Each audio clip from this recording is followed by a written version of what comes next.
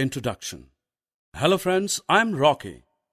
Let me tell you something about myself. I wake up early in the morning. The rising sun and melodious chirping of birds make me feel happy. These things start my day. Now let me tell you something about my daily routine work. Objectives. At the end of this lesson, you'll be able to know all about the child's activities throughout the day, tell time in hour, perform the steps in a sequential way for any given activity, know duration of time to complete a particular activity. My day begins with the rising sun. I wake up early in the morning and greet my parents. Then I start my routine work. First, I brush my teeth and eat breakfast with my family members. Then I dress up for school.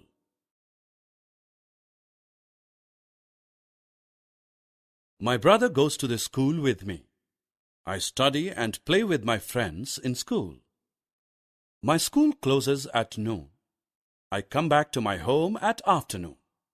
I eat my lunch and take a small afternoon nap to relax my body. In the evening, I go to the garden to play with my friends. And then my mother helps me in my studies to finish my homework. I eat my dinner with my family. Then I go to sleep at night.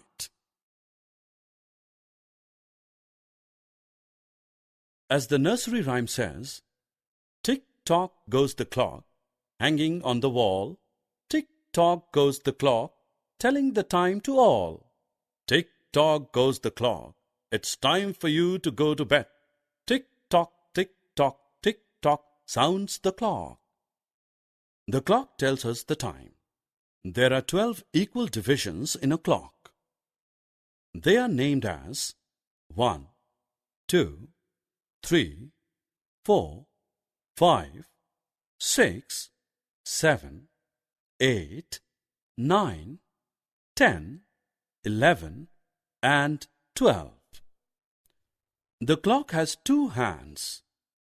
The longer hand is the minute hand, whereas the shorter hand is the hour hand.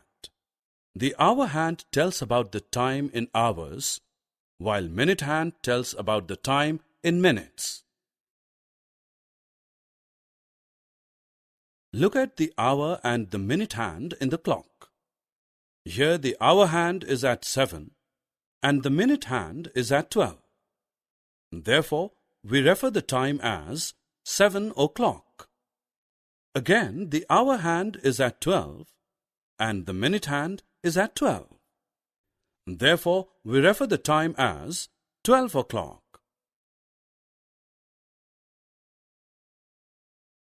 Click on the number on clock face to read the time. Can you tell me how much time we take to blink our eyes? Yes, it takes only a few seconds. Similarly, when we touch a hot object, we take our hand back in few seconds. But when we go for a morning prayer in a school, it takes couple of minutes rather than few seconds. Similarly, it takes hour to take sleep at night. So we can say that some activities in our daily life take more time than the others.